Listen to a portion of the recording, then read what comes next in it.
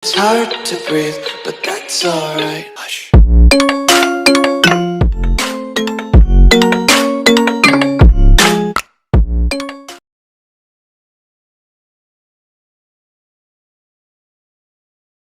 Yan, mamamasyal na naman kami. Ayan, no, kasi mamamasyal kami kasi birthday ng aking poging kapatid, si Edmundo. Uy, happy birthday! Say hi naman, hi! Happy birthday! Thank you. Ayan, mamamasyal kami kasama si ang birthday celebrant. Dinaanan ako sa bahay ng kanyang pamilya. Tapos pupunta ro kami kung hindi Tagaytay Moha after nang mag-lunch kami dito sa festival.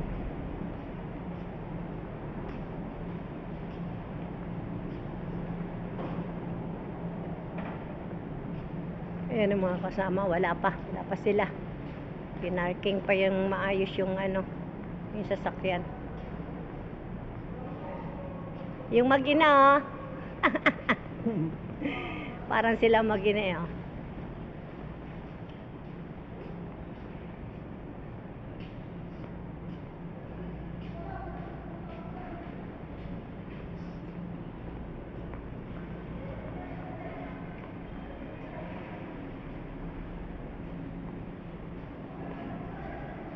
Ikan boy, tawid ka dito habang walang sasakyan. Dali, oh.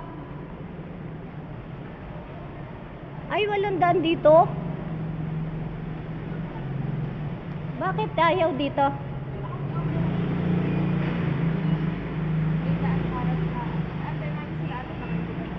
Hintayin. Say hi to my vlog. Say hi to my vlog. Tell something about about Lolo Edmond.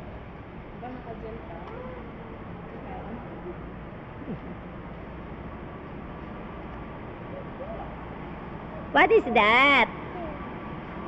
What is that? Helicopter. How old are you? 3? How old? Just only 3? 3 lang ba yan? 4? 4 years old. Where did you go? Where we go?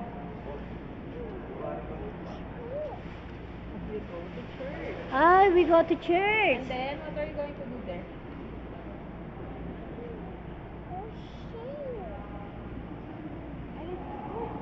Your mama. Oh, they're coming. They're coming. Bawal dyan. Sarado pa muli. Dito daw. Yun ang parking. Nasa likuran ba tayo ng festival? Likod.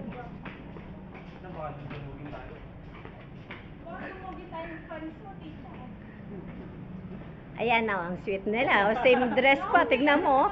Oh.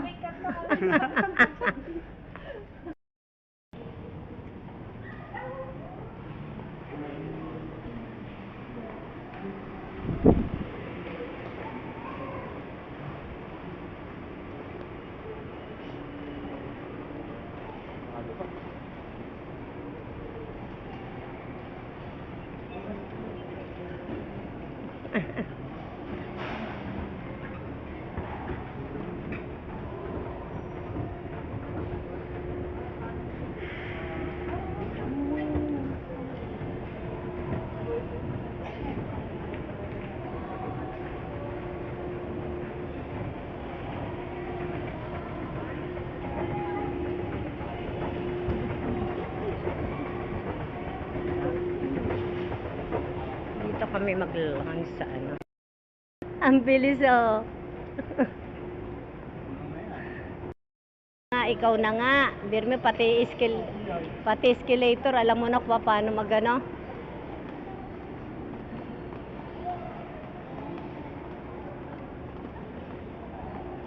Edmundo, happy ka? Okay. Happy?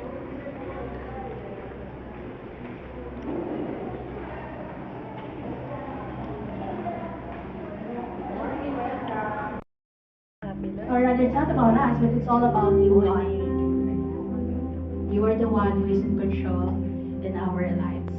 Thank you so much, Lord. In Jesus' name, amen. Praise God! Good morning, 9 a.m. service. Before we take the other seats, pwede bang batiin mo naman yung nasa left and right mo ng good morning.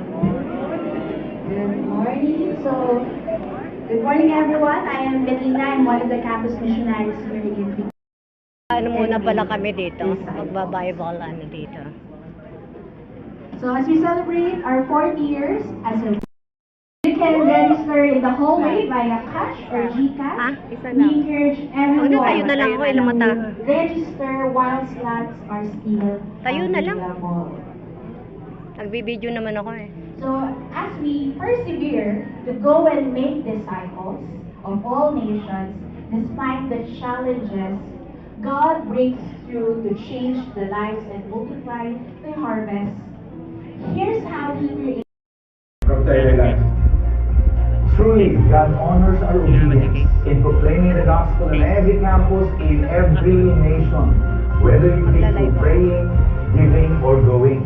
Thank you for persevering in faith as we fulfill God's mission together.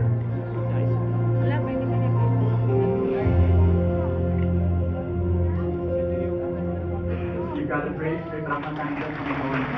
Like po ginagawa ng Panginoon sa bawat bansa, no? For God is now, and I do believe that the Lord is doing also a lot of great things in this country.